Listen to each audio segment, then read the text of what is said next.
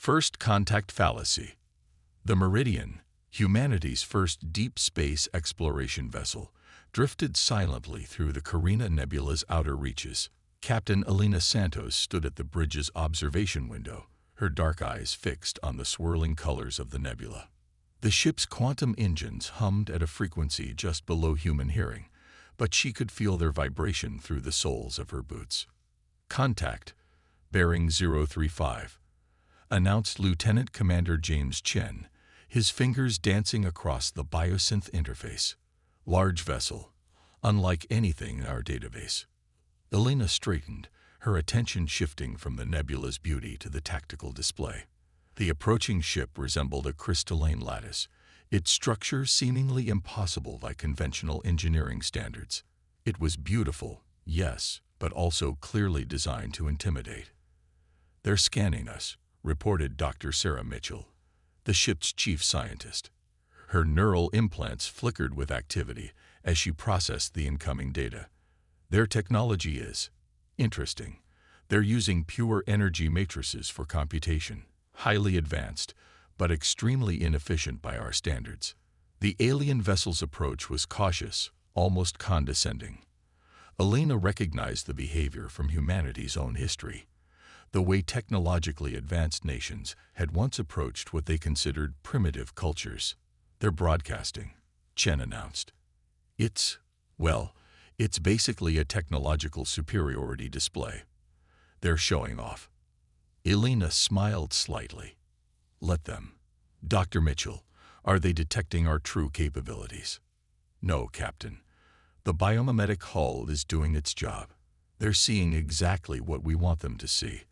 A relatively simple metal-hulled vessel with basic propulsion and defensive systems." The alien transmission was a complex burst of quantum-encoded data, clearly designed to overwhelm primitive communication systems. But the Meridian's neural network absorbed it effortlessly, its biological processors adapting and learning from each byte. "They're requesting a response," Chen reported. "Standard first contact protocols."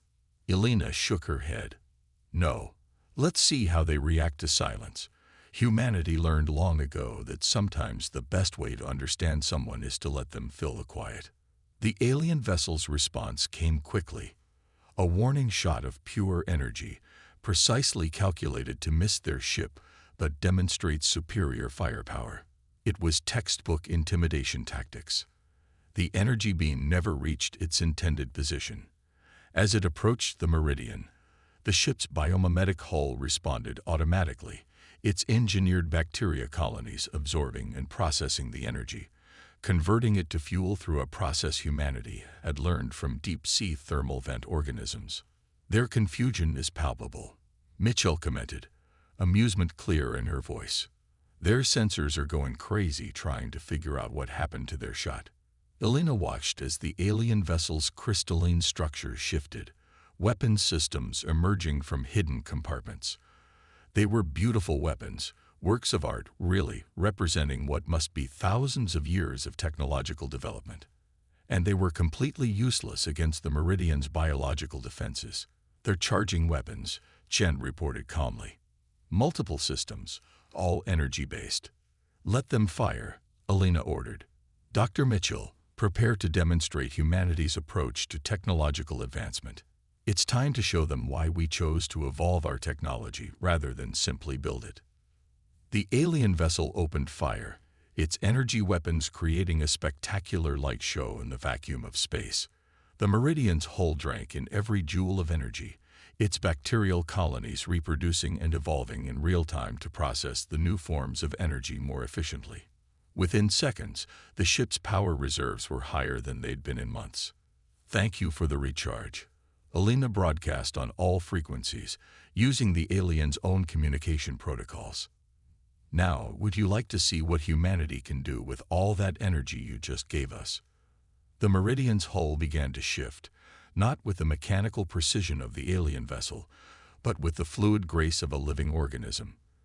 The bacterial colonies that made up its outer layer changed color and pattern, creating complex bioluminescent displays that mimicked the nebula around them. "We can continue this demonstration of force," Elena continued, or we can have a real conversation about how humanity chose to advance. You see, we didn't try to conquer the laws of physics. We learned to dance with them instead.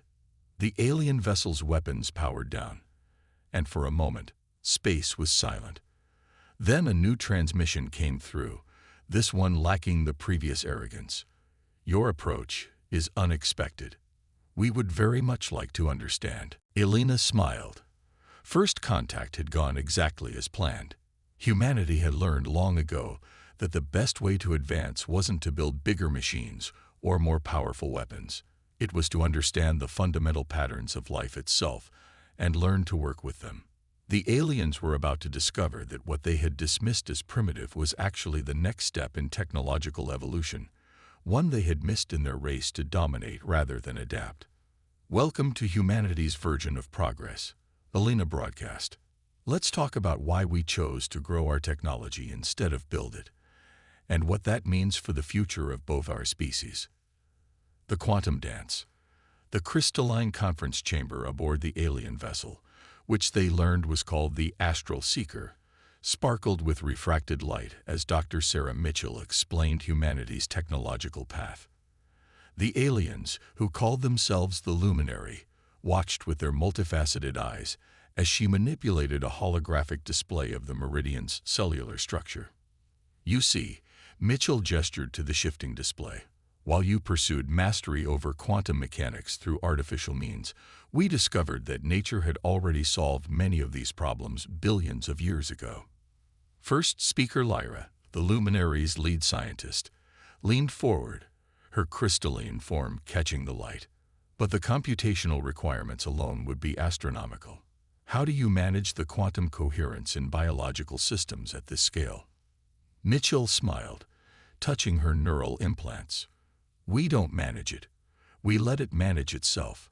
Every cell in our ship's hull contains modified mitochondria that maintain quantum coherence through natural processes we barely understand. We didn't invent this. We found it in the chloroplasts of plants and enhanced it. Captain Elena Santos watched the exchange from her position near the chamber's entrance. The initial tension of first contact had given way to something approaching mutual fascination. Commander Chen stood beside her, monitoring the situation through his biosynth interface. "They're still scanning us," he whispered, "but the nature of their scans has changed. Less tactical, more scientific." "Let them," Elena replied. "That's why we're here." The Luminary's second speaker, a military leader named Vex, raised what approximated a hand. "But your weapons systems, our scans showed primitive kinetic weapons and basic energy shielding." Mitchell's hologram shifted to show a cross-section of the Meridian's defense systems. Those weren't weapons in the traditional sense. What you saw as kinetic weapons are actually colony deployment systems. Each bullet contains billions of specialized bacteria that can rapidly adapt to and neutralize threats.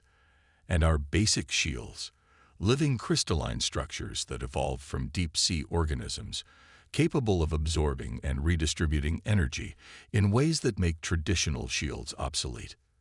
The chamber fell silent as the implications sank in. The Luminary had spent millennia developing increasingly complex technology to bend the universe to their will. Humanity had instead chosen to understand and enhance what the universe had already perfected.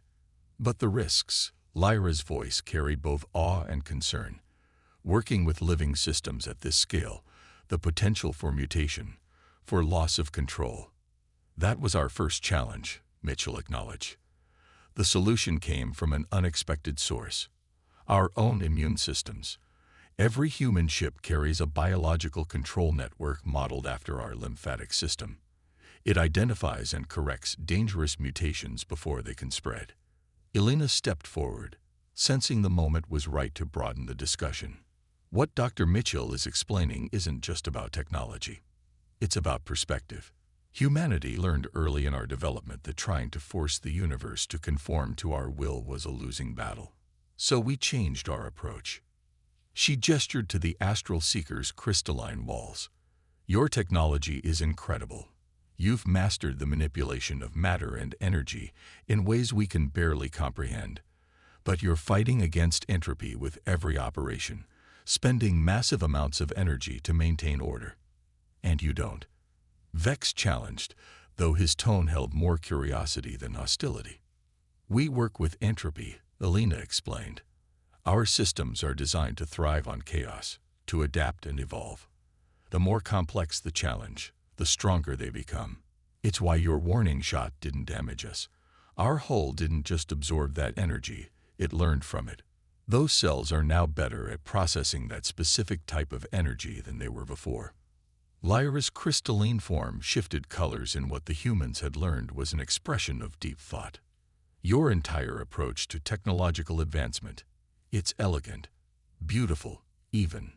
But surely there are limitations. Mitchell nodded. Of course. Our systems can be slower to respond initially, and they require careful nurturing. We can't simply manufacture new components.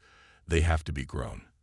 But the trade-off is adaptability and efficiency that artificial systems can't match. And you're faster than light travel? Vex asked.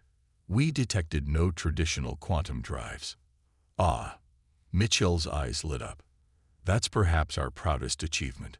We discovered that certain deep-sea bacteria naturally create microscopic wormholes to move nutrients across vast distances. We cultivated that ability, scaled it up, and now our ships don't so much travel through space as gently persuaded to reconnect at different points. The implications seemed to hit all the luminary at once. Their crystalline forms flickered with rapid color changes, their version of excited conversation. Humanity hadn't just developed a different kind of technology.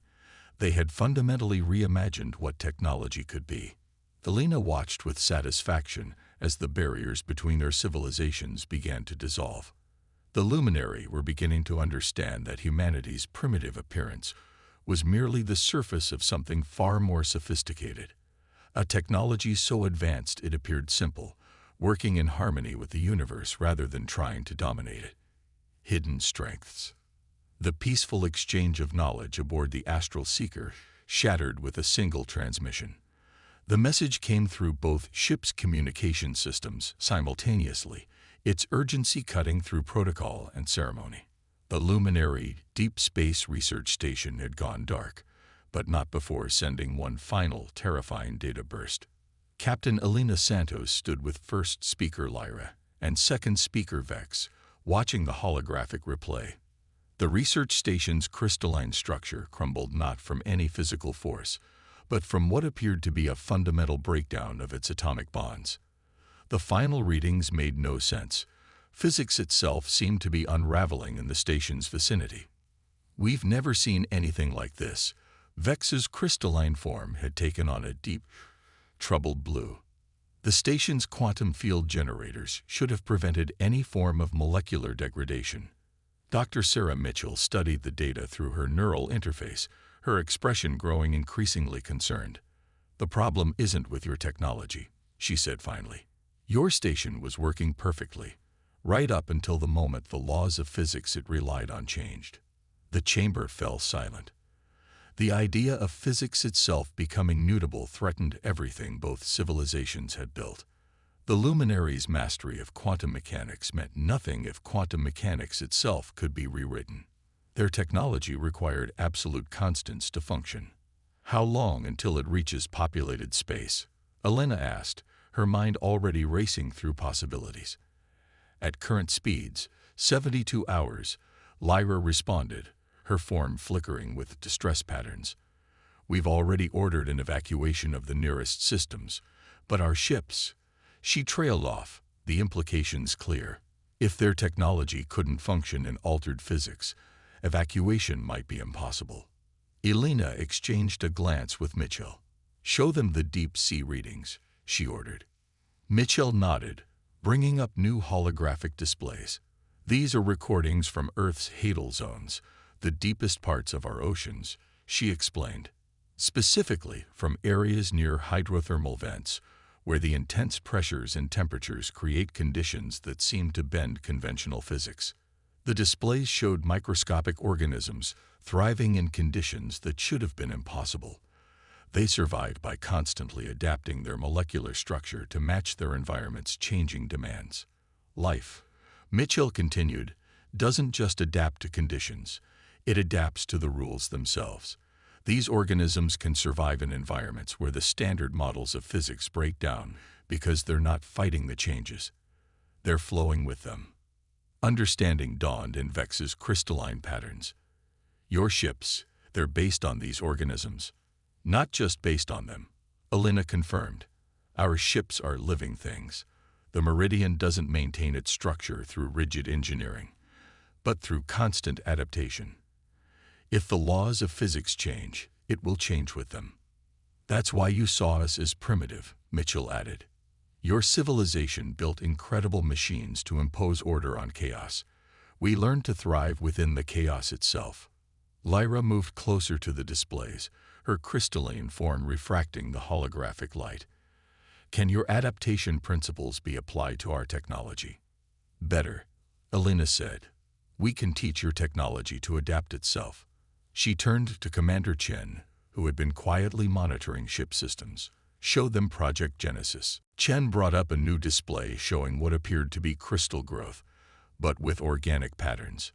We've been experimenting with hybrid systems, he explained. Living crystals that combine your quantum precision with our adaptive capabilities. We couldn't match your level of technical sophistication, so we found a way to enhance it instead. How quickly can it be implemented?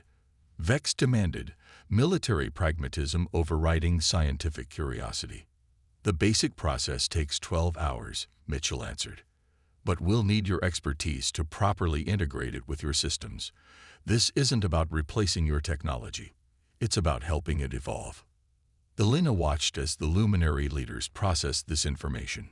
Their civilization had achieved wonders through careful control and manipulation of natural laws. Now they were being asked to embrace an approach that seemed to defy everything they believed about technological progress. There's something else you need to understand, Alina added softly. This isn't just about survival. Whatever's coming isn't just changing physics. It's changing the fundamental nature of reality itself. We think it might be alive. The revelation hit the chamber like a physical force. The idea of a living entity capable of rewriting the laws of physics was beyond terrifying. But as the initial shock wore off, something else became clear. The combination of luminary precision and human adaptability might be the only hope of confronting such a threat. We have 72 hours, Alina continued. Time to see what our civilizations can really do when we work together. She turned to Mitchell. Begin the integration process. Let's show the universe what happens when you combine the best of both approaches. As the two crews began their desperate race against time, Alina couldn't help but appreciate the irony. The very qualities that had made humanity appear primitive to the luminary, their embrace of chaos, their biological approach to technology, might be what saved both their civilizations. Sometimes, the oldest solutions were the best ones, especially when facing something entirely new. Unity of opposites. The Astral Seeker's main laboratory had transformed over the past 48 hours. Crystalline surfaces now pulsed with organic patterns as luminary and human scientists worked to merge their technologies. Dr. Sarah Mitchell stood at the center of controlled chaos, her neural implants processing streams of data from dozens of experiments simultaneously. The integration is holding at the quantum level, she announced, watching as another batch of living crystals grew in the cultivation chamber. The cellular matrices are successfully bonding with your quantum lattices. First speaker Lyra moved closer to examine the results, her own crystalline form resonating slightly with the hybrid technology. Remarkable. The precision of our quantum systems remains intact, but now they can adapt to changing conditions. We never considered this approach possible. Commander Chen monitored the integration process through his biosynth interface. 23 ships have been successfully modified, he reported. The bacterial colonies are propagating through their systems exactly as designed, but we're cutting it close on time. Captain Alina Santos nodded grimly. The entity that was rewriting physics would reach the nearest populated system in less than 24 hours. They had to complete the fleet's transformation before then. "Show me the latest sensor readings," she requested. A holographic display materialized, showing the approaching anomaly. It had grown since their last observation, its area of influence now spanning several light years. Within that space, reality itself seemed to flutter and change like a half-remembered dream.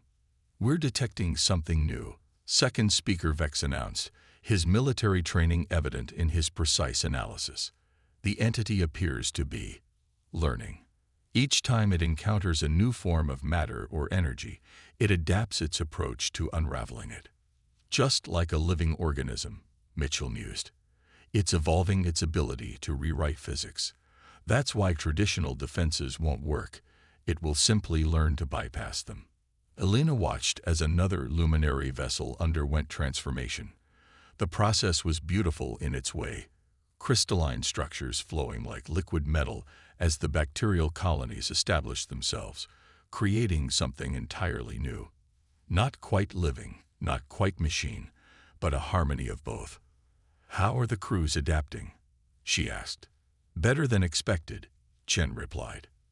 "The neural interfaces we developed are helping them understand and work with the biological components. Some are even reporting enhanced sensitivity to quantum fluctuations." A sudden alert drew everyone's attention.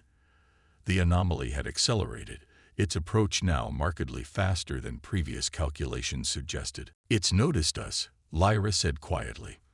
"Our attempts to counter it have drawn its attention." Elena straightened, her decision made. "Then we stop hiding. Dr. Mitchell, begin final implementation. Commander Chen, coordinate with the fleet. We're going to meet this thing head-on." The next few hours passed in a blur of activity. The remaining ships were transformed in rapid succession, their crews quickly adapting to the new hybrid systems. Training simulations ran continuously, teaching the combined fleet how to work with rather than against the coming changes in physics. As the final preparations were made, Elena stood with the luminary leaders on the Astral Seeker's observation deck. The view before them was simultaneously terrifying and awe-inspiring. A fleet of ships that represented the best of both civilizations, their hulls shimmering with crystalline patterns that moved like living things. "We've positioned long-range sensors throughout the projected encounter zone," Vex reported. "If the entity maintains its current course, we'll intercept it before it reaches the populated systems. And if our modifications work as designed," Mitchell added, "our ships should be able to maintain function even as local physics begin to change. The bacterial colonies are already showing signs of preemptive adaptation based on the sensor data." Elena nodded, then turned to address the gathered leaders. "What we're attempting has never been done before. We're not just combining technologies. We're combining philosophies. The luminaries' mastery of quantum mechanics with humanity's understanding of biological adaptation. Order and chaos working in harmony." Lyra's crystalline form shifted in what Elena had learned was an expression of deep emotion. "Perhaps this was inevitable," the first speaker mused. "Our civilizations developed along different paths, but both reached for the stars. Now we face something that neither of us could handle alone, but together. Together we have a chance," Elena finished. "Because this entity, whatever it is, expects resistance. It expects systems to fight against its changes, just as your technology would have done. Instead, we're going to show it something new. Technology that can dance with chaos itself." The alert they had been waiting for flashed across all systems. The entity had entered the encounter zone. Initial readings showed physics beginning to fluctuate at the edges of their sensor range. "All ships, final positions," Elena commanded. "Begin active adaptation protocols. Remember your training. Don't fight the changes. Flow with them. Let your ships learn and evolve." As the fleet moved into formation, Elena couldn't help but feel a sense of pride. In just 72 hours, these two vastly different civilizations had accomplished something unprecedented. They had proven that true advancement didn't come from dominating nature or surrendering to it, but from finding a way to work in harmony with it. All ships report ready, Chen announced. Hybrid systems are functioning at optimal levels. The bacterial colonies are already beginning to adapt to the physics fluctuations at the edge of our range. Elena took a deep breath, knowing that everything hinged on what happened next. "Take us in," she ordered. "Let's show this entity what happens when you combine the best of both worlds." The fleet moved forward as one, their hybrid ships glowing with internal light as they prepared to face an enemy that rewrote reality itself. But they weren't flying to fight. They were flying to adapt, to learn, and perhaps to teach this entity something about the true nature of evolution. Evolution's echo.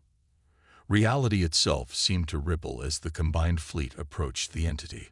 What had appeared as a distant distortion in space now manifested as something both beautiful and terrifying.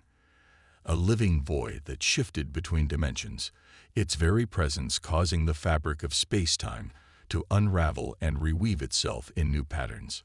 Captain Elena Santos watched through the Meridian's enhanced sensors as the laws of physics began to break down around them. Light bent in impossible ways, quantum states fluctuated wildly, and the very concept of cause and effect became fluid. But their hybrid ships held together, their living crystalline wholes adapting to each change as it came. "Remarkable," Dr. Mitchell breathed, her neural implants processing the flood of data. The entity isn't just changing physics, it's experimenting. Each variation is a test, like it's trying to understand the nature of reality itself. "All ships holding formation," Commander Chen reported. "The bacterial colonies are evolving faster than we predicted, creating new quantum states to match each change in local physics." Through their shared communication network, Elena could sense the luminary crew's mix of fear and fascination. Their rigid technology would have failed instantly in this environment, but the hybrid systems were thriving, learning from each change the entity introduced. "We're being scanned," First Speaker Lyra announced from the Astral Seeker. "The entity has noticed our adaptation. It's curious." The entity's response was immediate and overwhelming. Space around the fleet twisted into configurations that should have torn their ships apart. Energy patterns that defied known physics cascaded through their shields. But instead of resisting, their ships absorbed these changes, incorporated them, learned from them. "This is our chance," Elena declared. "Dr. Mitchell, initiate the communication protocol." Mitchell nodded, activating the experimental system they had developed. Unlike traditional communication methods, this one used the hybrid technology itself as a medium. The living crystals in their ship's hulls began to pulse with bioluminescent patterns, creating quantum resonances that mimicked the entity's own reality-altering effects. "We're not here to fight you," Elena broadcast through the quantum resonance. "We want to understand." The entity's response came not in words, but in waves of altered reality, each carrying patterns of meaning that the hybrid ships translated into comprehensible data. It was ancient, they learned, a being from the very early universe, when physics itself was still settling into its final form. It had been traveling, searching for others who could perceive reality as it did, as something fluid and alive rather than fixed and mechanical. "Show it everything," Elena commanded. "Our complete database on biological adaptation and quantum mechanics. Let it see how we've learned to work with nature rather than against it." The transfer of information flowed both ways. As their ships shared humanity's journey from primitive technology to biological integration, and the luminary's mastery of quantum mechanics, the entity shared its own story. It had encountered many civilizations in its travels, but all had either fled from its approach or tried to fight against the changes it brought. None had ever adapted to work with them. The physics changes, Mitchell realized suddenly. They weren't an attack. They were an attempt at communication. It was trying to find someone who could perceive reality as it does, as something that can grow and evolve. The entity's next transmission carried a different tone, one of recognition and something approaching joy. The reality distortions around the fleet began to change, becoming more ordered, more purposeful. The entity wasn't just communicating now. It was teaching. It's showing us how to work with dimensional physics on a fundamental level, Lyra reported, her crystalline form resonating with excitement. The applications are endless. Over the next several hours, the entity shared more of its knowledge. It taught them how to guide reality's evolution rather than simply adapt to it, how to work with the underlying fabric of space-time as a living thing, rather than a fixed set of laws. The hybrid ships absorbed this knowledge, their bacterial colonies and quantum crystals growing more sophisticated with each passing moment. "We need to make a decision," Elena announced to the fleet. "The entity is offering to stay, to continue teaching us. But its presence will permanently alter the physics of this region of space. Any technology that can't adapt will cease to function."